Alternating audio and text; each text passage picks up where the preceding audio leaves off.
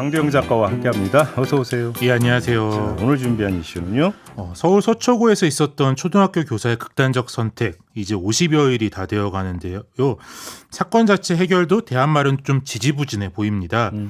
고인의 유족은 어제 고인이 사망이 학교 업무로 인한 극심한 스트레스 때문이라며 순직을 인정해달라는 순직 유족급여 신청구서를 제출했는데요. 예. 이제 고인의 업무상 스트레스가 사망의 직접적인 원인이 되었다는 게 받아들여져야 순직으로 인정되는 만큼 순직 인정 여부에 대한 논란이 계속 이어질 것으로 보입니다. 일단 순직이라는 개념이 좀 법적으로 어떻게 되는 거예요? 그렇죠. 이제 순직은 공무원이 공무를 하다가 사망하거나 퇴직 후 공무 중 얻은 질환이 악화되어 사망하는 걸 말하는데요. 예. 이제 그냥 재직 중에 사망하면 다 인정되는 게 아니라 일하던 중에 피해를 입었다는 게 인정이 돼야 됩니다. 네. 이제 뭐 다른 사례지만 최근 신림동 최은종 성폭행 사건의 피해자도 지금 교사잖아요. 예.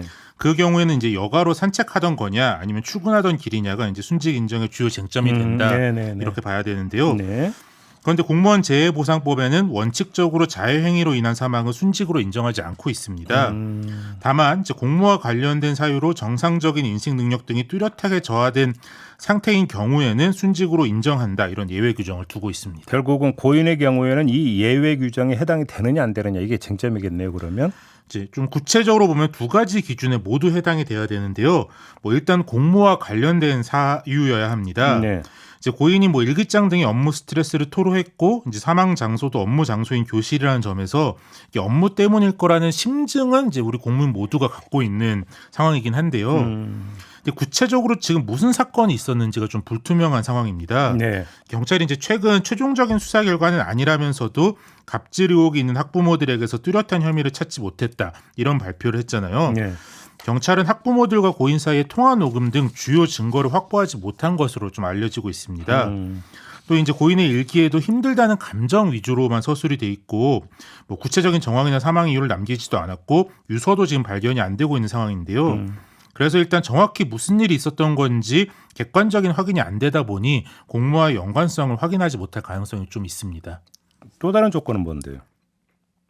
이제 정상적인 인식 능력이 뚜렷하게 저하된 상태여야 한다, 이건데요. 이제 순직으로 인정된 사례들을 보면 뭐 극단적 선택을 유발할 수 있는 정신과적 병명을 진단을 받았다거나 하는 게 좀 순직 인정에 유리한 정황이 되는데요. 고인의 경우 뭐 진단을 받은 게 확인되지 않았고 사망 전에 주변 사람들에게 뭐 이상한 행동을 보였다거나 하는 증거도 좀 뚜렷하지 않은 상황이어서 순직 인정에 유리한 정황은 아닙니다. 아니 그러면 극단적 선택을 하기 전에 병원 가서 진단명도 받아놓고 왜 그런 선택을 하려고 하는지 정황도 정리해서 증거를 남겨놔야 된다, 이런 얘기가 되는 겁니까? 그렇죠. 그래서 이제 좀 극단적 선택에 대한 순직 인정 조건이 비현실적이다, 이런 지적은 좀 계속 있는데요. 예. 또 이제 한 사람이 극단적 선택을 하게 되는 경우가 사실 단일한 이유만 있다고 보기는 어렵잖아요. 예, 그래도 이제 인과관계를 객관적으로 따져야 하고 뭐 당사자가 이미 고인이 되어서 말을 할 수 없기 때문에 이제 남은 증거들에 좀 지나치게 의존할 수밖에 없는 상황들이 좀 계속 생기는데요. 예. 유족 측 대리인인 문유진 변호사는 자살하기 전에 무엇 때문에 자살한다는 문서가 없으면 순직으로 인정되지 않는다는 말인가라고 이제 되물으면서 순직 인정을 촉구했습니다. 그러니까요. 좀 비교 사례는 없어요? 이게 뭐 똑같은 공무원이라고 하더라도 경찰이나 소방처럼 사고나 재난 상황을 직접 겪는 직군은 뭐 그것도 충분하다고 할 수는 없지만 그나마 이제 외상 후 스트레스 장애 등을 인정받아서 극단적 선택을 순직으로 인정하는 경우가 좀 있습니다. 그런데 이제 교사의 경우는 그런 경우가 좀 흔치는 않은데요. 2017년에 학부모의 악질적인 민원과 협박으로 인한 스트레스로 극단적인 선택을 한 교사가 순직 인정을 받은 사례가 있기는 합니다. 네네. 근데 이 사건에서는 조사 과정에서 학부모와 긴 기간 갈등이 있었고 학부모가 교사 얼굴을 폭행하려고 했다, 뭐 이런 일까지 확인이 됐고요. 네. 또 고인도 이제 주변의 어려움을 수차례 호소하면서 퇴직 이사까지 밝히고 병가를 긴 기간 쓰던 중이었거든요. 그리고 이제 유서에도 뭐 정황이 자세히 쓰여 있는 등 이번 서희초 사건과는 다르게 인과관계를 좀 확인할 근거들이 많았다고 볼 수 있는데요. 네.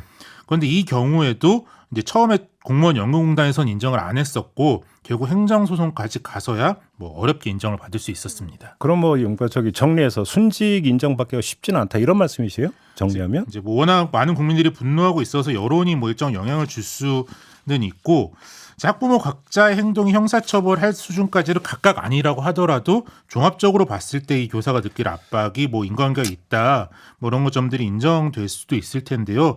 그렇게 된다면 이제 공무원의 노동권과 인권을 좀 폭넓게 인정하는 주요한 새 판례가 될 것으로 보입니다. 너무 빡빡한데 좀 어떻게 뭐 결론이 어떻게 나올지는 좀 더 열어놓고 기다려 보죠. 뭐 어떤 식으로든 잘 풀렸으면 좋겠습니다. 네, 황두영 작가와 함께했습니다. 고맙습니다. 예, 감사합니다.